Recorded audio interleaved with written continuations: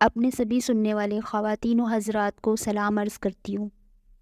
السلام علیکم ورحمۃ اللہ وبرکاتہ۔ تو شروع کرتی ہوں آج کا قصہ۔ بسم اللہ الرحمن الرحیم۔ نئے آنے والے دوستوں سے گزارش ہے کہ ہمارے یوٹیوب چینل قصے اللہ والوں کے چینل کو سبسکرائب کر لیجئے، جس سے آپ کو نئے نئے قصے سننے کو ملتے رہیں۔ تو شروع کرتے ہیں معرکہ کربلا کا 19واں حصہ، اور آپ سبھی ملاحظہ کیجئے۔ صبح کو جب سلید مسجد میں پہنچے تو عبداللہ بن زبیر کے مدینہ سے ہجرت کر جانے کا ذکر ہر آدمی کی زبان پر تھا۔ افسوس اور غم کو ظاہر کرتے ہوئے لوگ یزید، مروان اور ولید پر غصہ دکھا رہے تھے۔ چنانچہ بہت سے لوگ کہہ رہے تھے کہ یزید کی بیعت کا فتنہ دیکھیے کیا رنگ دکھاتا ہے۔ جب لوگ مسجد نبوی سے نماز پڑھ کر باہر نکلے تو انہوں نے یہ بھی سنا کہ ولید اور مروان 30 سواروں کا دستہ لے کر عبداللہ بن زبیر کا پیچھا کرتے ہوئے گئے ہیں۔ اس سے حکومت کے خلاف غم و غصہ بھی پیدا ہو گیا۔ ولید نے گھر آ کر کے ساری باتیں بتائیں۔ بوڑھی دادی نے کہا، بڑا خراب زمانہ آ گیا ہے، اب میں حضرت حسین کے پاس ہو آؤں۔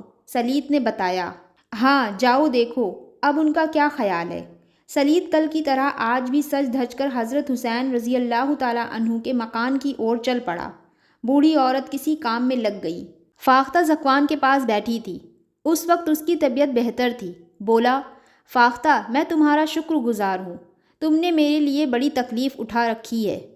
فاختہ نے کہا، اور میں شرمندہ ہوں کہ تمہیں میری وجہ سے بڑی تکلیف پہنچی ہے۔ ابھی دونوں میں باتیں ہو ہی رہی تھیں کہ اسی بیچ بوڑھی دادی آ گئی اور یہ دونوں خاموش ہو گئے۔ فاختہ اور بوڑھی دادی نے مل کر پھر ذکوان کی مرہم پٹی کی، کھانا بنایا کہ دوپہر کے وقت سلید آ گیا۔ بوڑھی دادی نے پوچھا، کہو بیٹا امام حسین کا کیا خیال ہے؟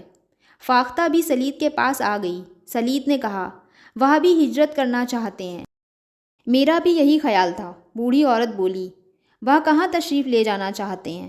یا انہوں نے ابھی طے نہیں کیا؟ سلید نے بتایا، ان کا ارادہ کب روانہ ہونے کا ہے؟ بوڑھی دادی نے پوچھا، آج ہی رات کو۔ بہتر یہی ہے کہ جتنی جلد ممکن ہو وہ مدینہ چھوڑ دیں۔ کچھ اور لوگ بھی ان کے ساتھ جانے کی تیاری کر رہے ہیں۔ میرا بھی ارادہ ہے، سلید نے کہا، یہ تو میں خود تجھ سے کہنے والی تھی۔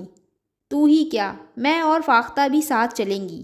جب تو تم بھی تیاری کر لو، لیکن بھائی ذکوان کا کیا ہوگا؟ ذکوان نے اپنا نام آتے ہی بتایا، میں آج اس راز کو ظاہر کرتا ہوں کہ میں بصرہ سے حضرت امام حسین رضی اللہ تعالیٰ عنہ کی خدمت اور ضرورت کے وقت حمایت اور حفاظت کرنے کے ارادے سے آیا تھا۔ بدقسمتی سے میں گھائل ہو گیا، پر خدا کا شکر ہے کہ اب میری حالت بہتر ہوتی جا رہی ہے، اسی لیے میں بھی ساتھ چلوں گا۔ لیکن بیٹا اونٹ پر سفر کرنا ہوگا، جس سے ڈر ہے کہ کہیں جھٹکے لگنے سے گھاؤ نہ کھل جائیں۔ نہیں، اب اس کا ڈر نہیں ہے۔ تب تم سبھی تیاری کر لو، میں اب مسجد میں جا رہا ہوں، وہاں سے امام کی خدمت میں چلا جاؤں گا، سلید نے کہا۔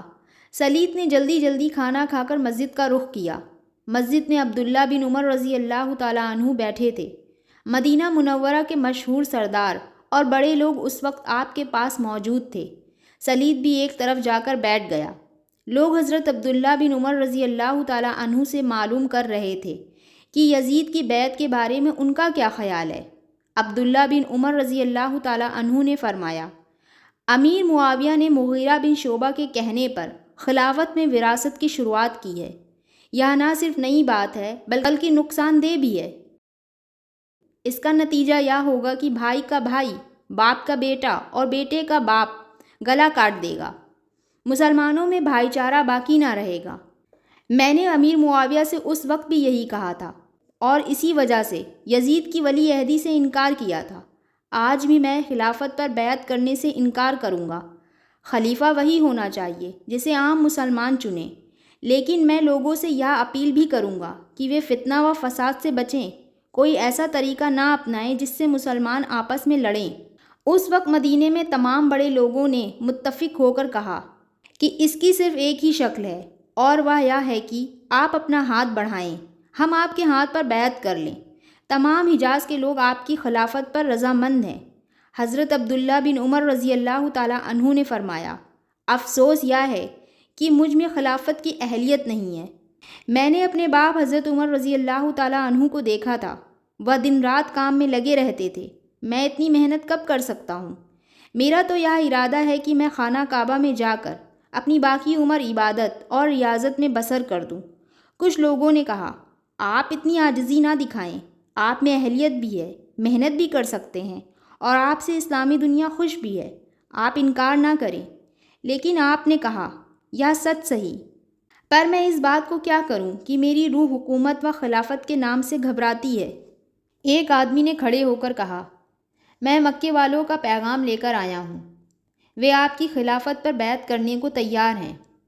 میں مکے والوں کا شکریہ ادا کرتا ہوں، ان سے کہہ دیجئے کہ وہ مجھ سے بہتر آدمی کو خلافت کے لیے چن لیں۔ یہی میں مدینہ والوں سے بھی کہتا ہوں، اور صرف مکہ اور مدینہ والوں سے ہی نہیں بلکہ تمام حجاز اور ساری اسلامی دنیا سے یہی اپیل کرتا ہوں۔ لوگوں نے حضرت عبداللہ بن عمر رضی اللہ تعالیٰ عنہ سے بہت کہا، لیکن وہ خلافت قبول کرنے پر تیار نہیں ہوئے۔ اسی کہا سنی میں اذان ہو گئی۔ حضرت عبداللہ بن عمر نے فرمایا، اب نماز پڑھ لو، ظہر کا وقت تنگ ہوا جاتا ہے۔ چنانچہ سب نے وضو کیے اور جماعت کے ساتھ نماز پڑھی۔ نماز پڑھتے ہی حضرت عبداللہ بن عمر رضی اللہ تعالیٰ عنہ چپکے سے مسجد سے چلے گئے۔ لوگوں کو خیال تھا کہ نماز کے بعد انہیں پھر مجبور کریں گے، لیکن آپ نے اس کا موقع ہی نہ آنے دیا۔ مجبور ہو کر لوگ بھی اپنے اپنے گھروں کو چلے گئے۔ سلید بھی وہاں سے حضرت حسین رضی اللہ تعالیٰ عنہ کی خدمت میں روانہ ہو گئے۔